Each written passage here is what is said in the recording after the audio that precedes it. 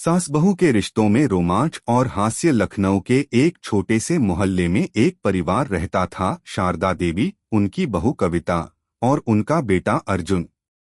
शारदा देवी एक प्रौढ़ और घुमाफिरा कर बात करने वाली महिला थीं, जिनकी उम्र 55 साल थी, और कविता एक युवा, समझदार और स्वतंत्र विचारों वाली बहू थीं, जिनकी उम्र 30 साल थी।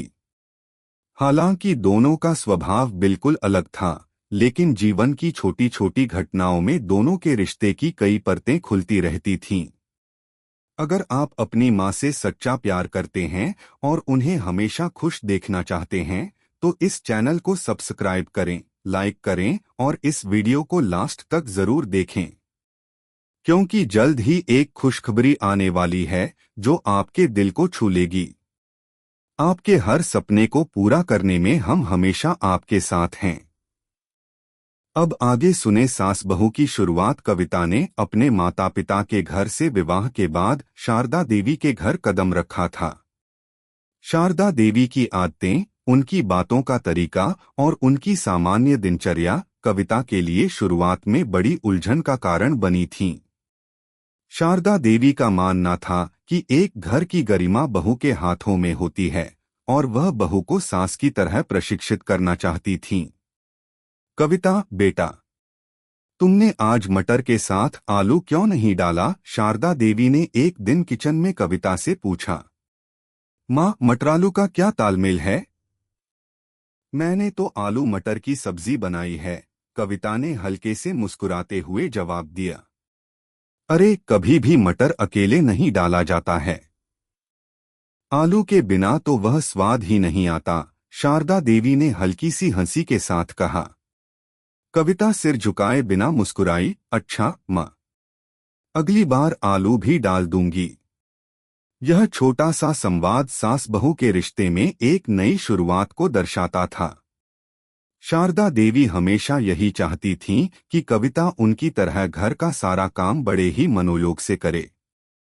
कविता भी उन्हें कभी नाराज नहीं करती, लेकिन वह अपनी स्वतंत्रता भी बनाए रखना चाहती थी।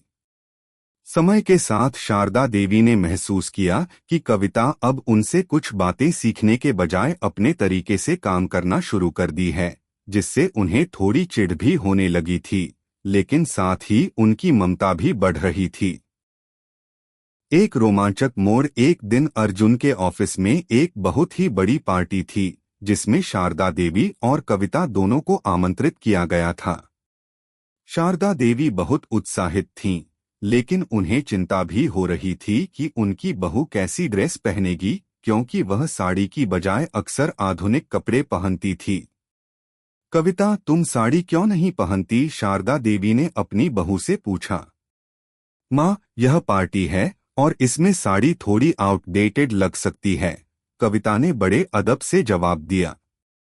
तुम क्या जानो, साड़ी पहनने से इज्जत बढ़ती है, शारदा देवी ने अपनी बात फिर से दोहराई। कविता मुस्कराई और बोली, ठीक है माँ, जैसा आप कहें।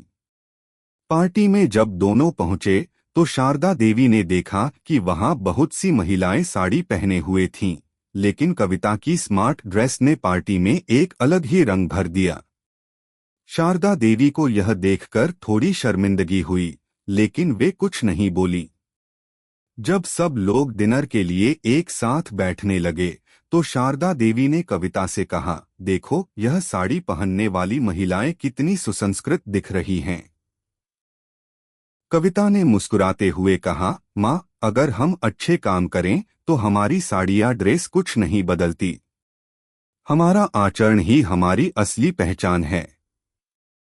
शारदा देवी ने थोड़ा चौंकते हुए उनकी बात मानी और वह रात उन्होंने साथ में खूब मजे किए, लेकिन शारदा देवी के मन में एक सवाल था, क्या वास्तव में साड़ी पहनने से इज्जत बढ़ती है?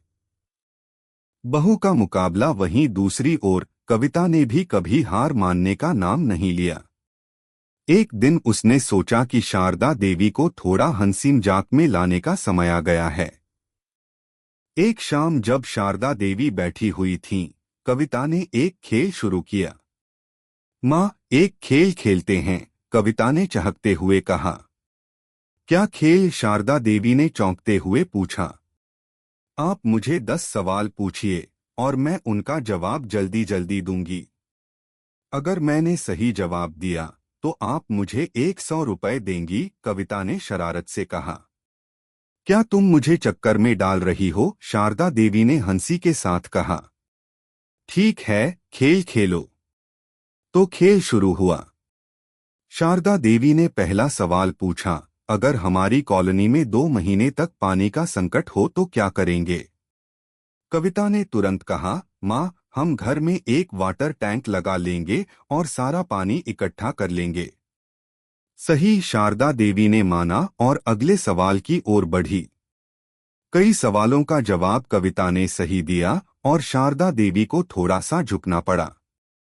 अंत में शारदा देवी को हार माननी पड़ी और उन्होंने कविता को 100 रुपए दिए।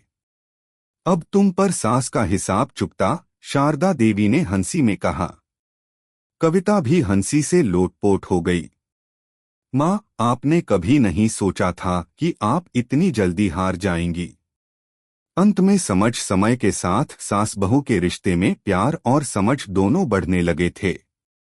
शारदा देवी ने धीरे धीरे यह समझ लिया कि कविता का तरीका और विचार उनके तरीकों से अलग हो सकते हैं, लेकिन इसका मतलब यह नहीं कि वह गलत हैं। कविता ने भी शारदा देवी की सोच को समझा और उनके अनुभवों को सम्मान देना शुरू किया। एक दिन जब शारदा देवी ने कविता से कहा, बेटा, तुम बहुत समझदार हो, लेकिन कभी कभी मैं सोचती हूँ कि एक दिन तुम्हारी जैसी बहू मुझे भी मिलती तो मेरा जीवन और भी सुंदर हो सकता था। कविता ने प्यार से उनका हाथ पकड़ा और कहा, माँ, आप ही मेरी प्रेरणा हैं।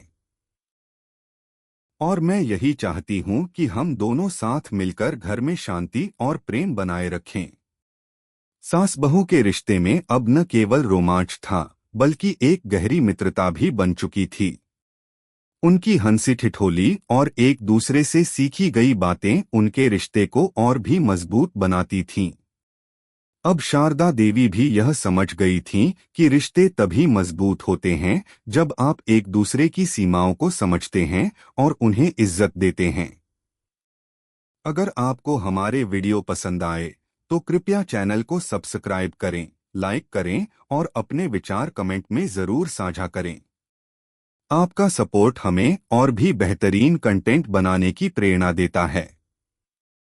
हम आपके हर समर्थन के लिए तहे दिल से धन्यवाद करते हैं।